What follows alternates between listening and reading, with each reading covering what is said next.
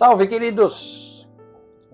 A oração é um dos pilares da vida cristã e desempenha um papel fundamental na relação entre Deus e os seus filhos. Desde o Antigo até o Novo Testamento, a Bíblia nos ensina sobre a importância da oração, seus efeitos e como que ela transforma a vida de quem crê.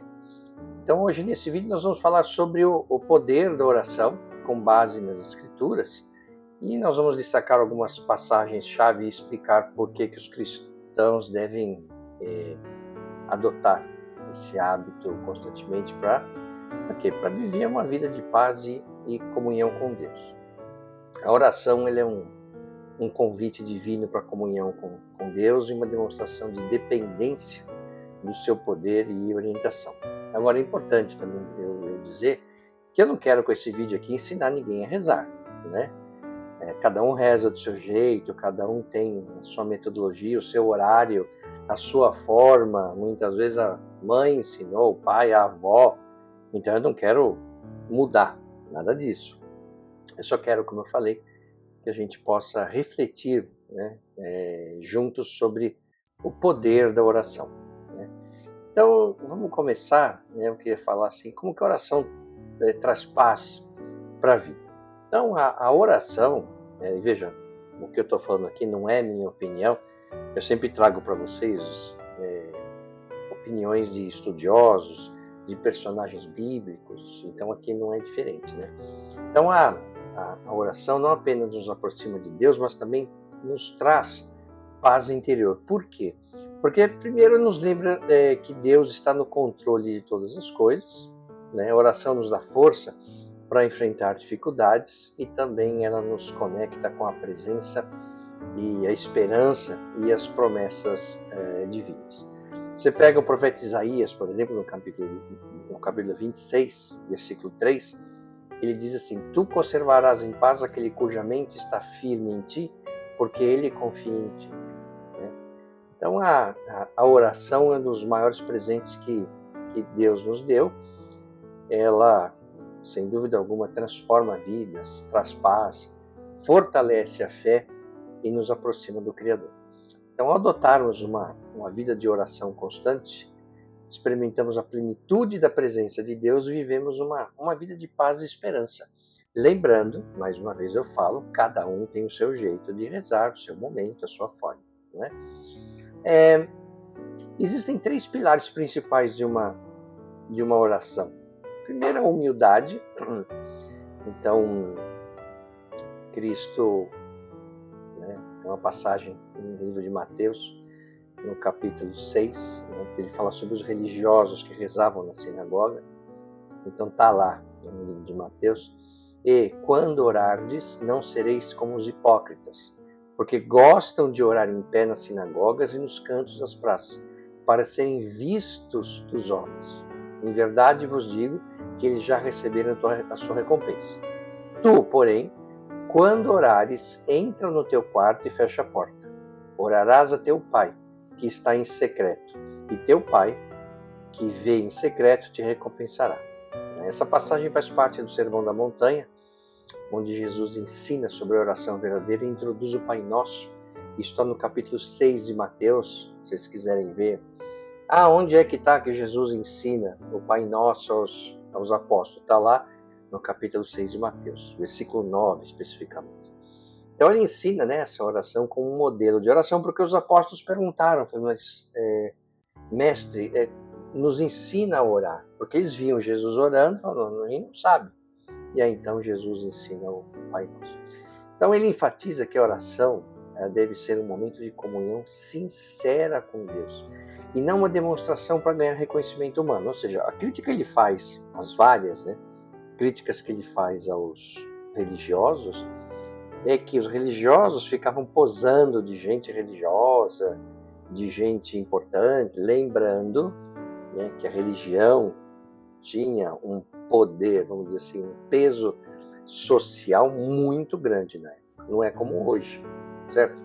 Então, os religiosos ficavam, né, rezando, orando nas praças, nas sinagogas, para que as pessoas vissem e pensassem, olha como esse cara é virtuoso, esse cara sim é um verdadeiro religioso. E Jesus falava, isso é hipocrisia, eles não estão rezando para Deus, eles estão rezando para as outras pessoas verem. Então, primeiro pilar da oração é a humildade. Realmente você tem uma conversa com Deus, onde você se coloca no seu lugar e conversa com Ele numa conversa íntima entre Deus e a pessoa, né, que está orando. O segundo pilar é a sinceridade, né? Também no livro de Mateus, no capítulo 6, lá diz, e orando não useis de vãs repetições como os gentios. Gentios, como esse aqui é um canal para leigos, né, no assunto da Bíblia, então, assim, o que é um gentio? Gentio é quem não fazia parte do povo de Israel, né? Ou seja, pessoas que não eram descendentes de Abraão, Isaac e Jacó. Eles eram povos estrangeiros, muitas vezes adoradores de outros deuses. E Jesus fala, esse povo, ele reza de um jeito diferente e pensam que por falarem muito, eles serão ouvidos. Você fica repetindo. Então, né, continuando no livro de Mateus, não vos assemelheis, pois, a eles, porque vosso Pai sabe o que vos é necessário antes de vós lhe pedirdes. Ou seja, o que ele está falando? Traduzindo para uma linguagem mais coloquial, ele falou assim, cara, não adianta ficar repetindo, Deus não é surdo. Ele não falou isso, é o que estou falando, né? Porque quando vocês vão pedir alguma coisa para Deus, Deus já sabe a tua necessidade, né? Ele não é onisciente. Então não precisa fazer disso daí, né? É simplesmente uma conversa, e eu vou detalhar um pouco mais para frente nesse vídeo aqui o que ele estava falando. Então, por exemplo, né, já no livro de Lucas, no capítulo 18, tem uma parábola bem famosa, que é a parábola do fariseu e do publicano. O publicano é quem cobrava impostos em nome do Império Romano. Então não era um cara muito bem visto. Primeiro porque já naquele tempo, né, esse negócio de pagar imposto não é uma coisa muito legal, tá certo? E fariseu era o religioso, né, judeu da época, que eram os mestres da lei. Então, Jesus conta a história de dois homens que foram orar no templo. Então, primeiro, o fariseu orava se exaltando e se comparando aos outros. Então, aquela história lá, né? Ele estava orando, olha como eu conheço a lei, olha como eu sou fiel, olha como eu sigo a lei, tá certo? E o publicano, como eu falei, era um cobrador de impostos, uma pessoa simples. Ele reconhece, né, seus pecados e clamou por misericórdia para Deus. E aí no livro de Lucas, no capítulo 18, diz assim, digo-vos que este desceu justificado para sua casa. Este o publicano, né? E não aquele, fariseu, porque tudo que se exalta será humilhado, mas o que se humilha será exaltado. Essa frase vocês já ouviram certamente. Então isso mostra que Deus aceita a oração humilde e sincera e rejeita a oração feita com arrogância, né? Feita com só para querer aparecer, né? Então, o primeiro pilar, humildade. O segundo, sinceridade. O terceiro, perseverança. Perseverança é o que eu trago para ilustrar aqui é a história de Madre Teresa de Calcutá, que se você não conhece, você deve ter ouvido falar já. Uma pessoa que dedicou toda a sua vida a cuidar, né, dos doentes, dos desvalidos. Então, uma pessoa realmente é daquelas almas que vêm para a Terra, uma alma iluminada que vem para a Terra para ajudar, né, a Terra a melhorar. Agora, você pensa, Madre Teresa de Calcutá, uma pessoa santa em vida. E é interessante, né, porque isso aqui é uma coisa pouco detalhada na biografia dela. Ela expressou sua fraqueza espiritual e crise de fé em cartas que escreveu. Ela tinha um mentor espiritual, né? E tinha outros líderes religiosos ao longo de décadas. E essas cartas foram publicadas no livro Come Be My Light. Tem versão em português que é Venha, Seja Minha Luz. Esse livro que eu recomendo que vocês leiam, ele foi organizado pelo padre Brian Kolodjijuk. Não sei se é assim que fala. e que coordenou sua canonização. E nessa carta ela fala, a Madre Teresa revelou que por quase 50 anos, presta atenção, nós estamos falando de Madre Teresa, e ela diz nas cartas que ela passou por quase 50 anos, ela viveu um profundo sentimento de ausência de Deus. Ela descreveu sua experiência como uma noite escura da alma, onde não sentia mais a presença de Deus em sua vida, apesar de continuar servindo aos pobres com amor e dedicação. Então você fala, como assim? A Madre Teresa sentia a ausência de Deus? Pois é. Então aqui eu trouxe alguns trechos, né? Uns trechos mais marcantes das cartas que a Madre Teresa escreveu ao seu confessor, que era a pessoa que a orientava, né, em termos religiosos. Então a primeira coisa que ela relata na carta é o sentimento de abandono. Então diz ela, abre aspas, no meu coração não há fé, nenhum amor, nenhum zelo. O céu não significa nada para mim, parece um lugar vazio. Outro aspecto que ela traz é o aspecto da dor da separação de Deus. Ainda a frase dela, sinto que Deus não me quer, que Deus não é Deus, que Ele realmente não existe. Só para lembrar, nós estamos falando da Madre Teresa de Calcutá. A outra parte que ela fala, um dos trechos, ela fala é a comparação com o inferno. Então, de novo, abre aspas. Há tanta contradição no meu coração. Sinto-me sem Deus, rejeitada, vazia. O inferno é esse estado em que eu estou.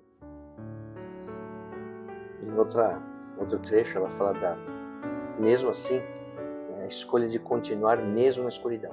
Então, apesar dessa luta interior, ela continuou seu trabalho com os pobres e escreveu, em outra carta, se algum dia eu me tornar uma santa, como de fato se tornou, serei com certeza uma santa da escuridão. Continuarei ausente do céu, para iluminar aqueles que estão na escuridão da terra. Isso é uma coisa chocante. Pensa, Madre Teresa falando da ausência de Deus, que não sente nada, e não foi um fim de semana, né? Que ela foi para balada, tal, fez bobagem. 50 anos sentindo isso. Então, o que isso pode nos trazer, né, de reflexão? Primeiro, a experiência de Madre Teresa foi semelhante à chamada Noite Escura da Alma, descrita por São João da Cruz, onde um crente passa por uma profunda purificação espiritual e um sentimento de abandono por Deus. Mesmo sem sentir Deus, porém, ela continuou firme na sua missão, servindo aos pobres e ajudando os necessitados, como a gente sabe, o que demonstra uma fé que é além do sentimento pessoal, ou seja, mesmo com esse sentimento de vazio, de abandono, de escuridão, ela persistiu.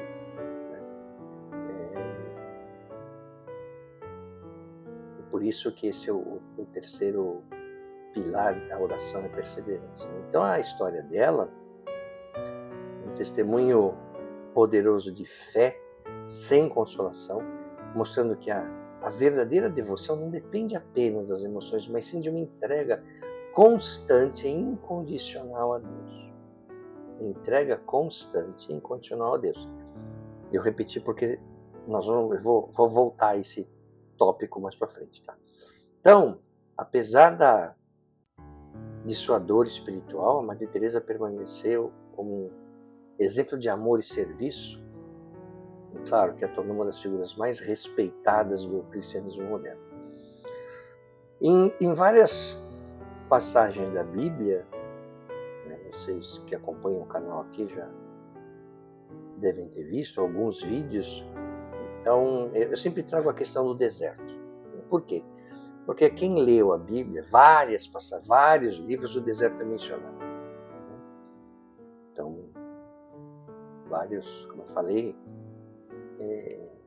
aqui eu fiz vários vídeos também falando sobre abandono no deserto, o que é se sentir estar sozinho no deserto.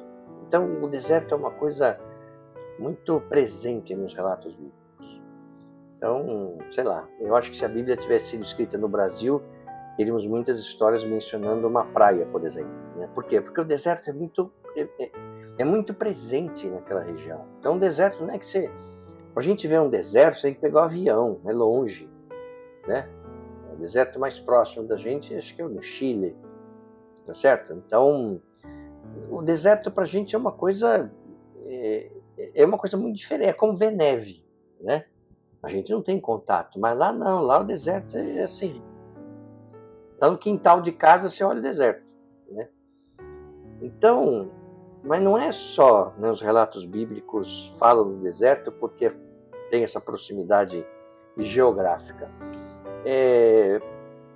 O deserto ele tem um simbolismo que eu trago em alguns outros vídeos importantíssimo para o aprendizado das mensagens de Deus.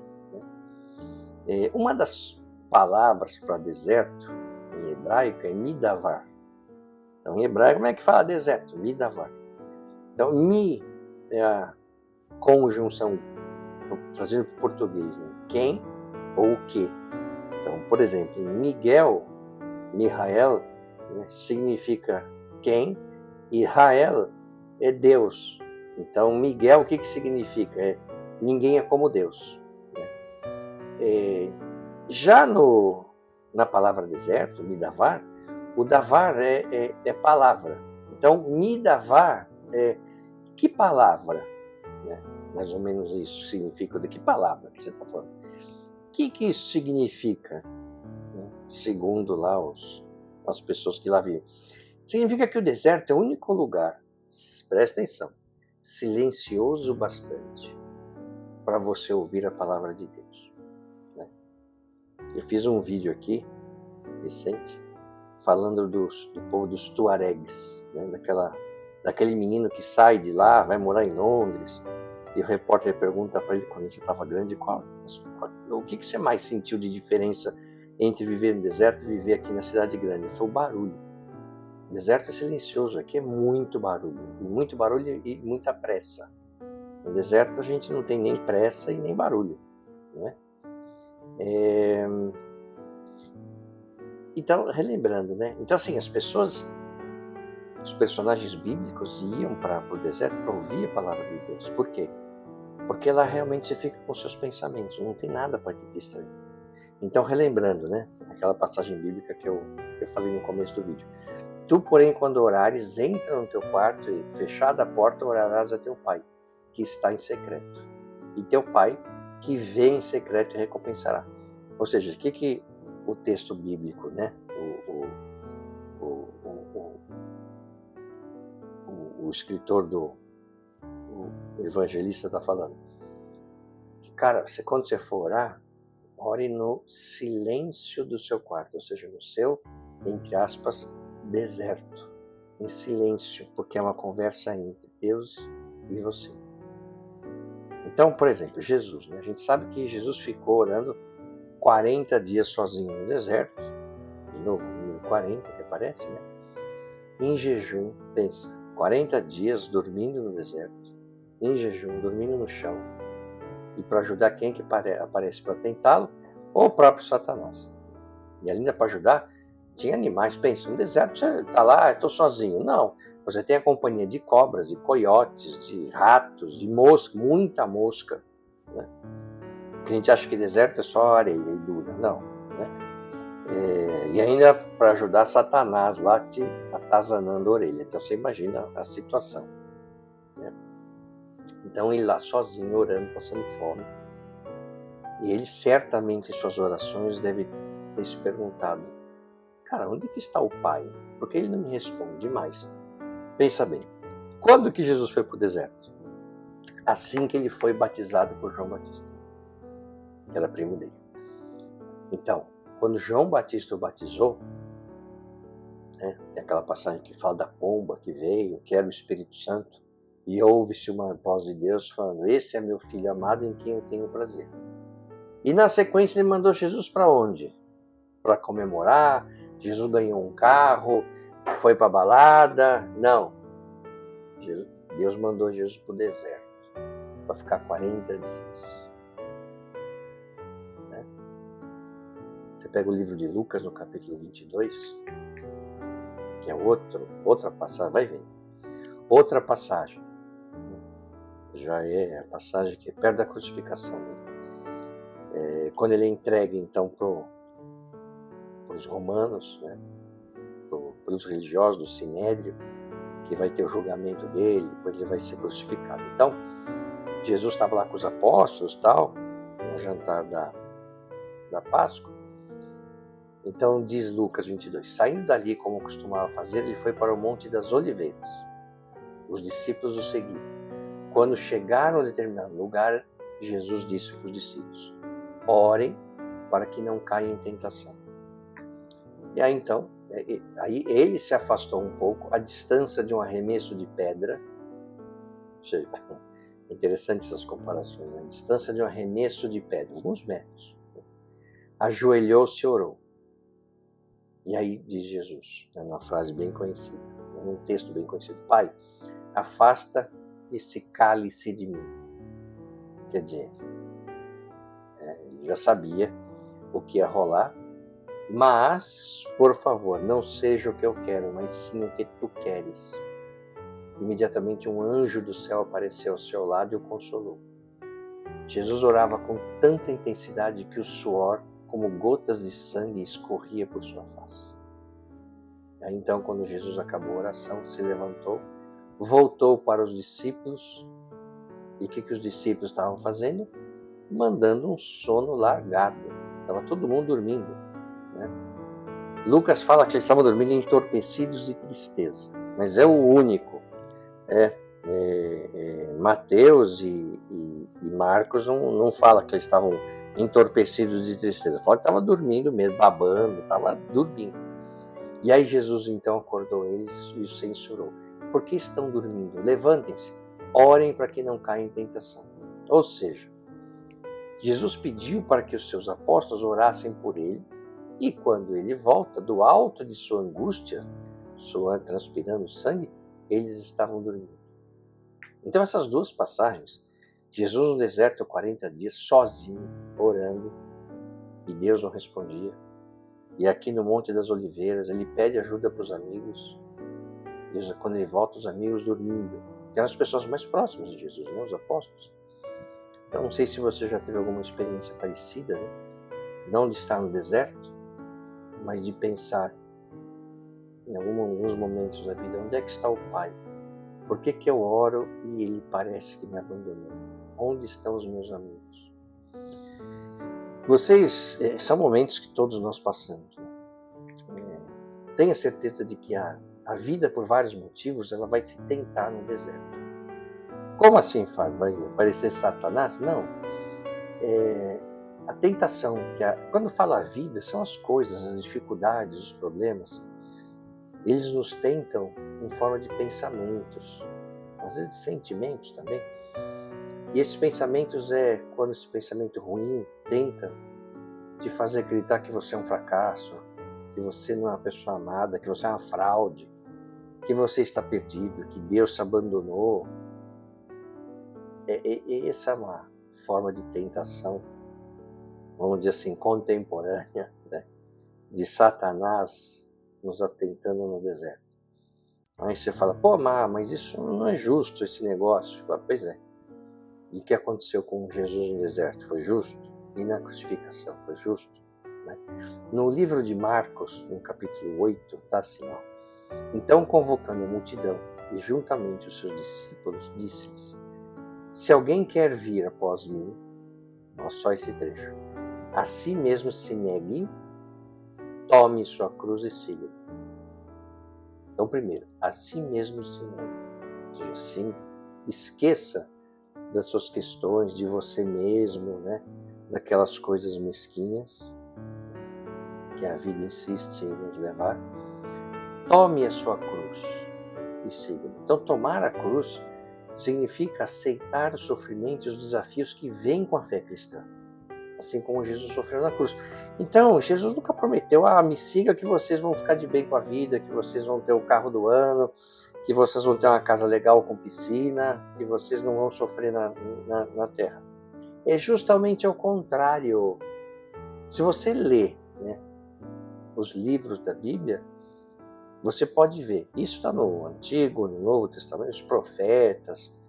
né? Quem seguiu verdadeiramente Deus, né? Os apóstolos, todos os apóstolos morreram de um jeito terrível. O único que morreu de velhice foi João, chamado discípulo amado. Todos os outros, Pedro foi crucificado de cabeça para baixo. Ele pediu porque ele falou que não estava à altura de morrer como Jesus. Paulo foi degolado, outro foi prensado, outro teve uma espada atravessada.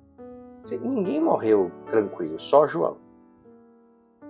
Então, essa história de seguir a Cristo, de religião, geralmente vem com sofrimento. Então, tomar a cruz. Ou seja, esse negócio, assim, bom, mas então quer dizer que se eu fizer tudo bonitinho e tal, eu vou sofrer? Pode ser, muito provavelmente. Mas não porque porque Deus não gosta de você. É porque assumir uma posição religiosa hoje em dia, ou ao longo da história da humanidade, sempre trouxe de sabor. Sempre tem um movimento contra da sociedade e tal, achando que isso é bobagem, não sei o quê. Tanto é que as pessoas não falam muito, né? Eu, quando comecei o canal aqui, as pessoas falam, pô, mas o que é e tal? Por que você está fazendo isso? Você virou crente? Eu falei, não virei crente. Eu sempre li, sempre estudei, agora resolvi falar sobre o assunto. Então tem muita gente achando estranho, né? Mas ao mesmo tempo, muitas pessoas que eu nunca imaginei, né? Que tivesse também, né, uma simpatia, que seguissem, né, alguma religião e começaram a me falar que também gosta, também segue, também vê, estão seguindo o canal e tal. Então é muito legal isso, né? Você descobriu ser pessoas que você nunca imaginou, pessoas que estudam, que leem a Bíblia, que vão à missa, e é um número, olha, grande, né? Considerando as questões dos dias de hoje. Nesse aspecto ainda de tomar a sua cruz e seguir Cristo, tem um texto que eu vi recentemente, o cardeal Odilo Pedro, que é arcebispo de São Paulo, ele disse, um texto que ele escreveu, a vida do cristão é um constante processo de conversão a Deus. A vida do cristão é um constante processo de conversão a Deus. Somos tentados de muitos modos para nos desviarmos de Deus e de seus caminhos e a construir uma vida sem Deus. A grande e mais perigosa tentação é da autossuficiência, aliada à soberba. Achar que não precisamos de Deus, que nos bastamos a nós mesmos, que podemos tomar o lugar de Deus. Fecha aspas. Então, assim, esse é um texto curto que traz muitas reflexões. Uma delas é que a vida do cristão é um constante processo de conversão a Deus. Ou seja, a vida de um... E eu falo de um cristão porque eu sou, né, católico, apostólico, romano e tal. Então é uma religião que eu, muito embora eu estude outras também, mas essa é a minha, então com mais intimidade. Né? A vida de um cristão não é fácil. Né? Por quê? Porque a gente tem que se converter a Deus todos os dias. Não é que eu sou católico, pronto. Já estou salvo porque Cristo morreu na cruz, eu não preciso fazer mais nada, uhul, vamos para a balada e vamos detonar, porque afinal de contas eu estou salvo. Se você entendeu assim, é porque você não entendeu nada. Você não sabe o que significou a morte e a ressurreição de Cristo. Ninguém está falando que Cristo morreu, você pode detonar, e que no final de contas ele é bonzinho e vai te salvar. E também o outro lado, não, eu queria fazer tudo, eu queria detonar, eu queria ter uma vida devassa, mas eu não faço porque eu quero estar salvo. Na hora que eu chegar, que eu morrer e chegar lá no céu, eu vou estar lá falando com São Pedro, que é um senhor barbudo, e deixa eu ver tua ficha aqui, a tua capivara. Vamos ver o que você fez. Não, você foi bonzinho, pode entrar. Você acha que é assim que funciona? Não é. Certo? Não é. Então, em outros vídeos eu já falei, né? A salvação, o paraíso, e seja lá como você queira imaginar, a vida eterna, não é um checklist. Né? Você não está negociando com Deus. Salvação é Deus que dá e é critério dele, entendeu? Então, se você faz um negócio tudo bonitinho e tal, você é um bom cidadão, um bom pai, um bom irmão, um bom filho, bom não sei o quê, bom profissional, blá, blá, blá, não porque você gostaria, mas é porque você tem medo de ir para o inferno, esquece. Por quê? Porque isso não é uma negociação, né? A salvação é a critério de Deus. Bom, então, quem quer levar a sério a religião, sim, todos os dias precisa fazer uma escolha. Todos os dias.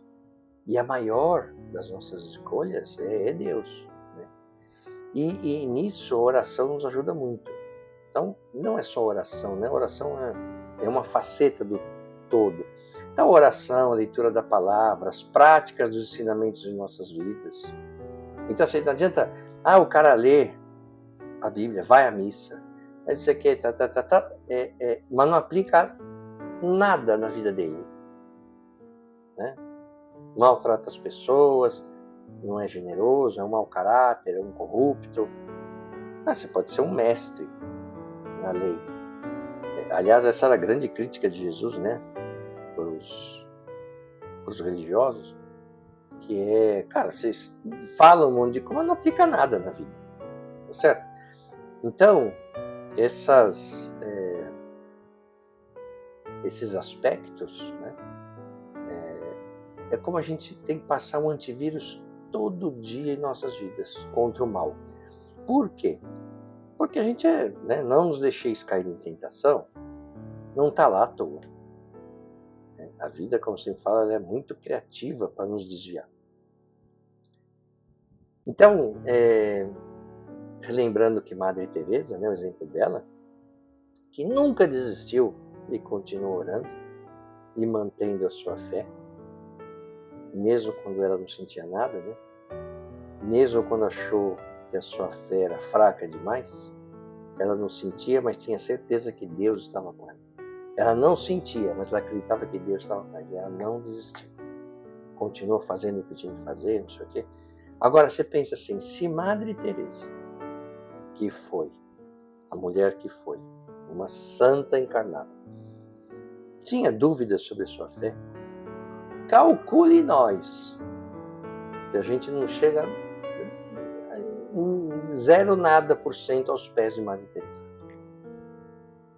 Então, esse negócio de uma pessoa falando, minha fé é inabalável, eu geralmente desconfio, né? Porque, cara, a vida é complexa, como a gente sabe. Então, assim, tem momentos que a fé dá uma balançada mesmo, não é?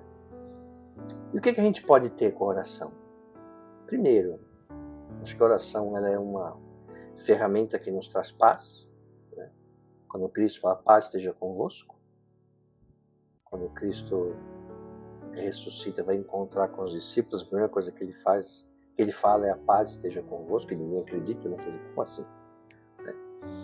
A paz decorre da graça trazida por Cristo pela reconciliação da pessoa com Deus Pai. Então, Cristo na cruz, pouco antes de ele morrer, ele cita um trecho do Salmo 21, que eu recomendo que vocês leiam, e ele fala, por que me abandonastes? E aí, na sequência, ele fala, está cumprido. Em suas mãos eu entrego o meu espírito.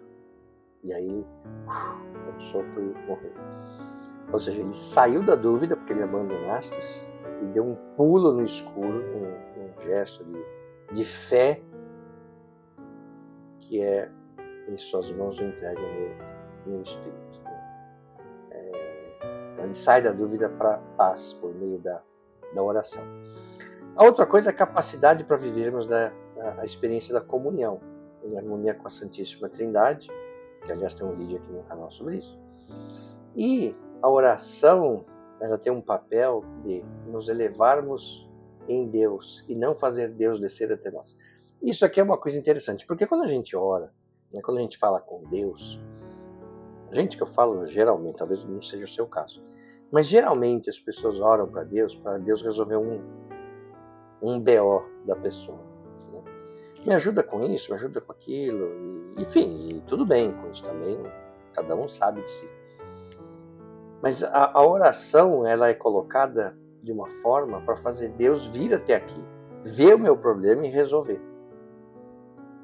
Quando vocês forem orar, agora, quem não faz isso, tenta fazer o seguinte: não chame Deus para descer até você, tente você subir até Deus.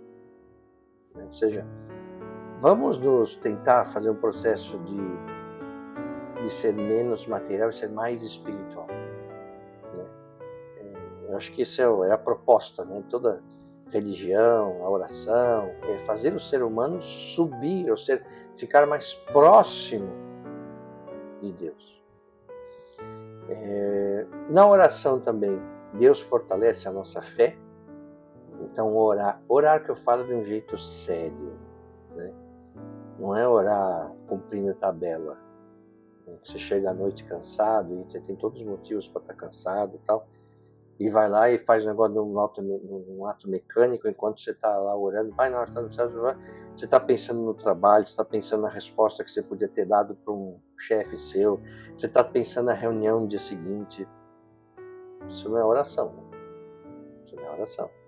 Isso é quando muito, uma oração feita por um papagaio que repete, né, as palavras sem saber o que significa. Deus, por meio da oração, também nos concede a graça para uma mudança em nosso agir. Então, para orar, temos que fechar, como recomendam, né? Fechar a nossa caixa de ferramentas e abrirmos nossa caixa de brinquedos. Ou seja, rezar como crianças, com a pureza delas. Então, esse negócio de fechar a caixa de ferramentas é interessante, porque o que a vida mais demanda da gente é a caixa de ferramentas, né? Então, a gente está lá no dia a dia, não sei o que, na hora de orar, fecha a caixa de ferramentas, vamos abrir a caixa de brinquedos. As crianças rezam, né, de um jeito muito interessante, né? Tem algumas... Eu estava lendo outro dia alguns exemplos de orações de crianças, né? Que falam assim, querido Deus, umas cartinhas, obrigado pelo meu irmãozinho, mas eu orei por um cachorro. Querido Deus, obrigado pela comida de hoje, menos a cenoura, porque você sabe que eu não gosto. Querido Deus, eu penso em você de vez em quando, mesmo quando não estou orando. As crianças têm de coração aberto. É isso que Deus demanda da gente, não é? Mas enfim, a gente está chegando aqui no final do vídeo, e hoje, excepcionalmente, eu gostaria de fazer algo diferente nesse vídeo. Como o tema de hoje foi oração, eu gostaria de fazer uma oração com vocês. Mas não se preocupe. Quem quiser sair agora, sinta-se à vontade. Vocês sabem que esse é um canal aberto, pode ser que temos aqui pessoas de diferentes religiões, até mesmo ateus, porque eu sempre falei que o objetivo desse vídeo não é converter ninguém, é só fazermos reflexões a respeito de algo que, lamentavelmente, a vida nos afasta. Né? São reflexões de conhecimento, sabedorias, histórias. Então qualquer um pode ouvir. Né? Então fique tranquilo, tá? Desculpem. Quem quiser continuar agora, ótimo. Quem quiser sair agora, fique em paz, está tudo certo, né? Mas eu, como falei, eu gostaria de fazer uma oração agora junto com vocês, ok? Que é uma oração de bênção para as pessoas e suas famílias. Eu convido todos que, se você continua agora, eu te convido a fechar os olhos e vamos tentar fazer uma oração aqui séria. Tem que tirar da cabeça seus problemas, as questões, a cruz que cada um de nós carregamos. E vamos prestar atenção aqui deixa as palavras entrarem no seu coração. Ok? Então fechem os olhos. Isso aqui é uma oração de bênção para as pessoas e suas famílias. Amado Pai Celestial, nós nos colocamos diante de Ti com corações humildes e cheios de gratidão, reconhecendo que Tu és o Deus da vida, da paz e do amor infinito. Senhor, derrama Tuas bênçãos sobre cada pessoa que ora nesse momento, sobre seus lares e suas famílias. Que tua paz, que excede todo entendimento, reine em cada coração e em cada lar. Afasta toda angústia, ansiedade e discórdia e enche cada ambiente com a tua presença santa.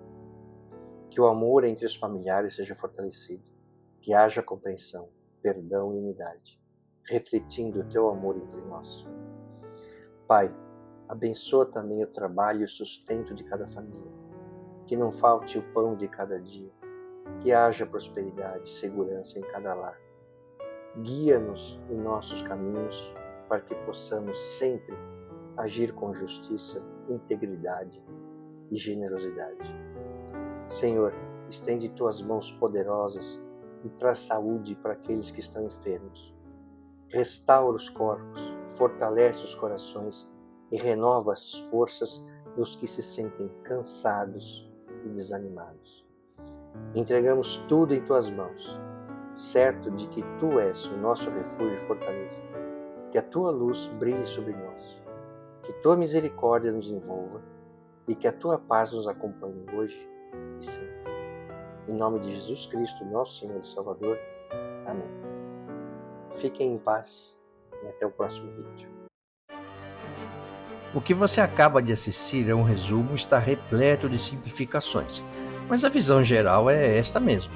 Agora, se você quiser saber como de fato tudo aconteceu, aí você vai ter que ler a Bíblia.